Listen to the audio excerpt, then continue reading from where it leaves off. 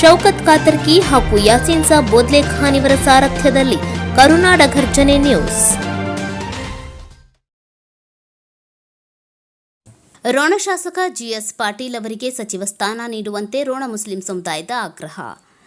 ರಾಜ್ಯ ಸಚಿವ ಸಂಪುಟ ವಿಸ್ತರಣೆಯಲ್ಲಿ ರೋಣ ವಿಧಾನಸಭಾ ಕ್ಷೇತ್ರದ ಶಾಸಕ ಜಿಎಸ್ ಪಾಟೀಲ್ ಅವರಿಗೆ ಸಚಿವ ಸ್ಥಾನ ನೀಡಬೇಕು ಎಂದು ರೋಣದ ಮುಸ್ಲಿಂ ಸಮುದಾಯದ ಮುಖಂಡರು ಪತ್ರಿಕಾಗೋಷ್ಠಿಯಲ್ಲಿ ಆಗ್ರಹಿಸಿದರು.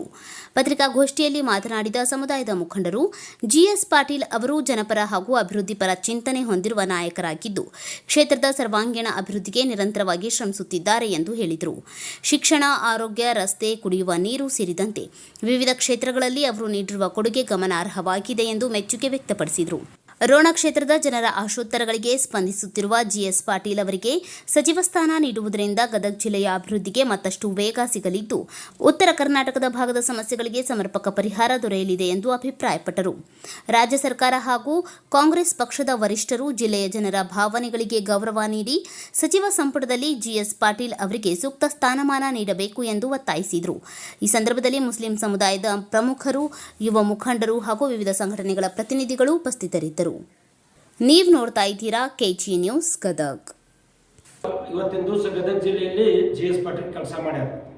ಇವತ್ತು ನಮಗೆ ಯಾಕೆ ಇವತ್ತು ಆಮೇಲೆ ತಾಲೂಕಿನಾದ್ಯಂತ ಸಾಕಷ್ಟು ಇವತ್ತು ಅಭಿವೃದ್ಧಿ ಮಾಡುವ ಒಬ್ಬ ನಾಯಕ ಜಿಎಸ್ ಪಾಟೀಲ್ ನಾವು ನೋಡ್ತಾ ಇದ್ದೇವೆ. ಇವತ್ತು ನಮ್ಮ ರೋಣ ತಾಲೂಕಿನಲ್ಲಿ ನಮ್ಮ ಸಮಾಜ ಇವತ್ತಿನ ದಿವಸ ನಾವು ಬಂದಂಥ ಎಲ್ಲ ಮುಸ್ಲಿಂ ಸಮಾಜದ ಬಾಂಧವರು ಇವತ್ತು ನಮ್ಮ ಸಮಾಜಕ್ಕೆ ಸಾಕಷ್ಟು ಅವ್ರು ಏನು ಮಾಡ್ಯಾರ, ಬಹಳಷ್ಟು ಕೆಲಸ ಮಾಡಿದ್ದಾರೆ.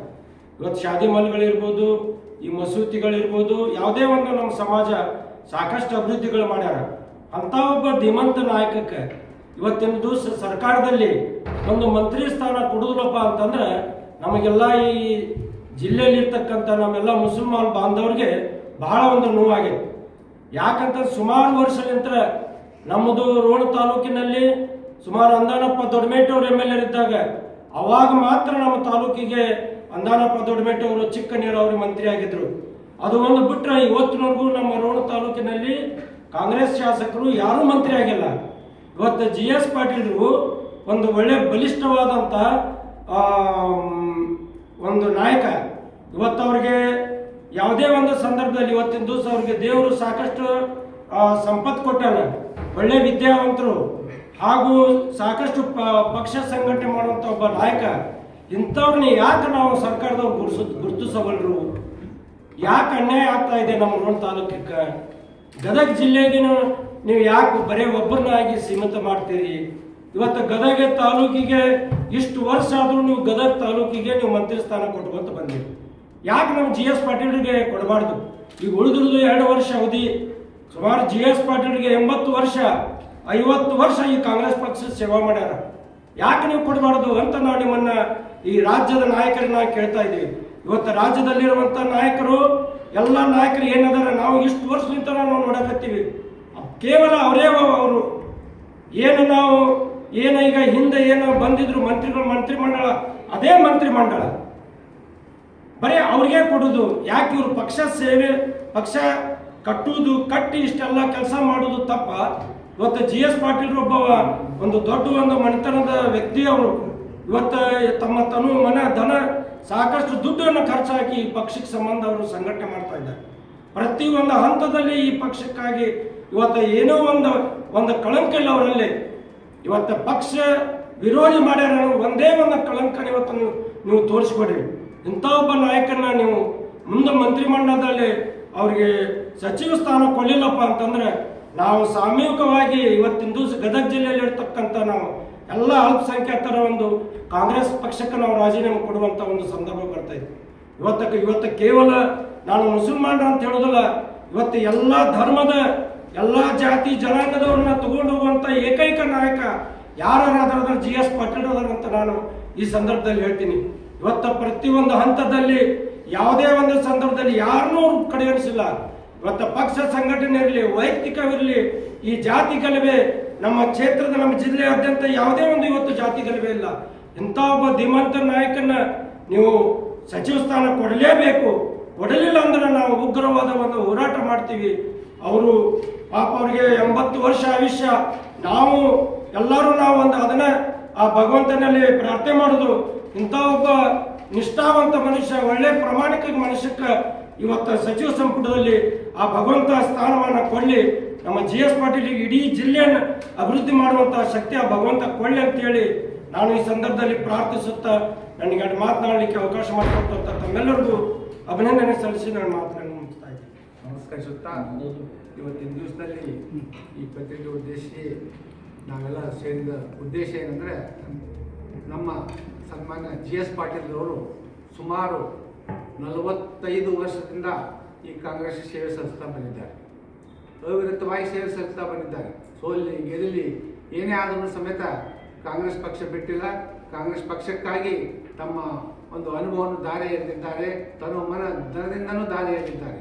ಸುಮಾರು 4 ಬಾರಿ ಶಾಸಕರಾಗಿ ಆಯ್ಕೆಯಾಗಿದ್ದಾರೆ ಮತ್ತು 4 ಬಾರಿ ಯಾವಾಗಲೂ ಆಯ್ಕೆ ಆದಾಗ ಸುಮಾರು 25,000ಕ್ಕಿಂತ ಹೆಚ್ಚು ಮತಗಳನ್ನು ಪಡೆದು ಅವರು ಆಯ್ಕೆಯಾಗಿದ್ದಾರೆ ಮತ್ತು ಖನಿಜ ನಿಗಮ ಮಂಡಳಿಯ ಒಂದು ಅಧ್ಯಕ್ಷಸ್ಥಾನ ವಹಿಸಿ ಅದರಲ್ಲಿ ಸೇವೆ ಸಲ್ಲಿಸಿದ ಅನುಭವವನ್ನು ಹೊಂದಿದ್ದಾರೆ. ಹಾಗೆ ಉಗ್ರಾಣ ನಿಗಮದ ಮಂಡಳಿಯಲ್ಲಿ ಸೇವೆ ಸಲ್ಲಿಸಿ ಅನುಭವವನ್ನು ಹೊಂದಿದ್ದಾರೆ. ಇಂಥ ಮಹಿಳೆಯರಿಗೆ, ಇಂಥ ಒಂದು ಸೇವೆ ಸಲ್ಲಿಸಿದ ಇಂಥ ನಾಯಕನಿಗೆ ಮತ್ತು ಈ ಅವ್ರಿಗೆ ಸಚಿವ ಸ್ಥಾನ ನೀಡಿದೆ ಮತ್ತಾರಿಗೆ ನೀವು ನೀಡ್ತೀರಿ ಅಂತ ನಾವು ಈ ಮೂಲಕ ಕೇಳ್ಕೊತಾ ಇದ್ದೀವಿ. ಯಾಕಂದರೆ ಇಂಥ ಒಂದು ನಿಷ್ಠಾವಂತ ನಾಯಕನಿಗೆ ಮತ್ತು ಅವರು ತಮ್ಮ 80 ವರ್ಷದ ಸನಿಹದಲ್ಲಿದ್ದರೂ ಅತ್ಯಂತ ಯುವಕನಂತೆ ಚಿಲುಮೆಯಾಗಿ ಓಡಾಡ್ತಾ ಇದ್ದಾರೆ ಜಿಲ್ಲೆಯಾದ್ಯಂತ. ಯಾಕಂದರೆ ಬರೀ ತಾಲೂಕಿಗೆ ಆಟ ಸೀಮಿತ ಇಲ್ಲ, ಜಿಲ್ಲಾ ಅಧ್ಯಕ್ಷರಾಗಿ ಜಿಲ್ಲೆಯಾದ್ಯಂತ ಓಡಾಡ್ತಿದ್ದಾರೆ, ರಾಜ್ಯಾದ್ಯಂತ ಎಲ್ಲ ಕಡೆನೂ ಓಡಾಡ್ತಾ ಇದ್ದಾರೆ. ಇಂಥ ಒಂದು ನಾಯಕರಿಗೆ ತಾವು ಸಚಿವ ಸ್ಥಾನ ನೀಡಲೇಬೇಕು ಅಂತ ನಾವು ಈ ಎಲ್ಲ ಸಮಾಜ ಬಾಂಧವರು ಈ ಮೂಲಕ ಡಿ ಕೆ ಶಿವಕುಮಾರ್ ಅವರಿಗೂ ಹಾಗೂ ಮಾಜಿ ಮುಖ್ಯಮಂತ್ರಿಗಳಂತ ಸಿದ್ದರಾಮಯ್ಯನವ್ರಿಗೂ ಹಾಗೂ ಎಲ್ಲ ಹೈಕಮಾಂಡ್ವರೆಗೂ ಈ ಮೂಲಕ ಕೇಳ್ಕೊತಾ ಇದ್ದೀವಿ. ದಯವಿಟ್ಟು ಅವರಿಗೆ ನೀವು ಸಚಿವ ಸ್ಥಾನ ನೀಡಲೇಬೇಕು ಅಂತ ಹೇಳಿ ಮಗದೊಮ್ಮೆ ಕಳಕಳಿಯ ವಿನಂತಿಯನ್ನು ನಾನು ಮಾಡಿಕೊಂಡು ನನಗೆ ಕೊಟ್ಟಂಥ ಅವಕಾಶದಲ್ಲಿ ಎರಡು ಮಾತುಗಳನ್ನ ಹೇಳೋಕ್ಕೆ ಅವಕಾಶ ಕೊಟ್ಟಂಥ ನಿಮ್ಗೆಲ್ಲರಿಗೂ ನಮಸ್ಕರಿಸುತ್ತಾ ಇವತ್ತಿನ ದಿವಸದಲ್ಲಿ ಈ ಪತ್ರಿಕೆ ಉದ್ದೇಶಿಸಿ ನಾವೆಲ್ಲ ಸೇರಿದ ಉದ್ದೇಶ ಏನಂದರೆ, ನಮ್ಮ ಸನ್ಮಾನ್ಯ GS ಪಾಟೀಲ್ರವರು ಸುಮಾರು 45 ವರ್ಷದಿಂದ ಈ ಕಾಂಗ್ರೆಸ್ ಸೇವೆ ಸಲ್ಲಿಸ್ತಾ ಬಂದಿದ್ದಾರೆ. ಅವಿರತವಾಗಿ ಸೇವೆ ಸಲ್ಲಿಸ್ತಾ ಬಂದಿದ್ದಾರೆ. ಸೋಲಿ ಗೆಲ್ಲಿ ಏನೇ ಆದರೂ ಸಮೇತ ಕಾಂಗ್ರೆಸ್ ಪಕ್ಷ ಬಿಟ್ಟಿಲ್ಲ. ಕಾಂಗ್ರೆಸ್ ಪಕ್ಷಕ್ಕಾಗಿ ತಮ್ಮ ಒಂದು ಅನುಭವವನ್ನು ದಾರಿ ಎರೆದಿದ್ದಾರೆ. ತನ್ನ ಮನ ಧನದಿಂದನೂ ದಾರಿ ಎರೆದಿದ್ದಾರೆ. ಸುಮಾರು 4 ಬಾರಿ ಶಾಸಕರಾಗಿ ಆಯ್ಕೆಯಾಗಿದ್ದಾರೆ ಮತ್ತು 4 ಬಾರಿ ಯಾವಾಗಲೂ ಆಯ್ಕೆ ಆದಾಗ ಸುಮಾರು 25,000ಕ್ಕಿಂತ ಹೆಚ್ಚು ಮತಗಳನ್ನು ಪಡೆದು ಅವರು ಆಯ್ಕೆಯಾಗಿದ್ದಾರೆ ಮತ್ತು ಖನಿಜ ನಿಗಮ ಮಂಡಳಿಯ ಒಂದು ಅಧ್ಯಕ್ಷಸ್ಥಾನ ವಹಿಸಿ ಅದರಲ್ಲಿ ಸೇವೆ ಸಲ್ಲಿಸಿದ ಅನುಭವವನ್ನು ಹೊಂದಿದ್ದಾರೆ. ಹಾಗೆ ಉಗ್ರಾಣ ನಿಗಮದ ಮಂಡಳಿಯಲ್ಲಿ ಸೇವೆ ಸಲ್ಲಿಸಿ ಅನುಭವವನ್ನು ಹೊಂದಿದ್ದಾರೆ. ಇಂಥ ಮಹಿಳೆಯರಿಗೆ, ಇಂಥ ಒಂದು ಸೇವೆ ಸಲ್ಲಿಸಿದ ಇಂಥ ನಾಯಕನಿಗೆ ಮತ್ತು ಈ ಅವ್ರಿಗೆ ಸಚಿವ ಸ್ಥಾನ ನೀಡಿದೆ ಮತ್ತಾರಿಗೆ ನೀವು ನೀಡ್ತೀರಿ ಅಂತ ನಾವು ಈ ಮೂಲಕ ಕೇಳ್ಕೊತಾ ಇದ್ದೀವಿ.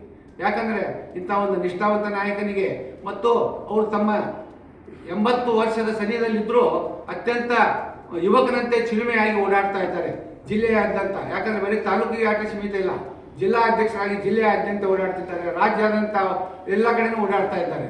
ಇಂಥ ಒಂದು ನಾಯಕರಿಗೆ ತಾವು ಸಚಿವ ಸ್ಥಾನ ನೀಡಲೇಬೇಕು ಅಂತ ನಾವು ಈ ಎಲ್ಲ ಸಮಾಜ ಬಾಂಧವರು ಈ ಮೂಲಕ ಡಿ ಕೆ ಶಿವಕುಮಾರ್ ಅವರಿಗೂ ಹಾಗೂ ಮಾಜಿ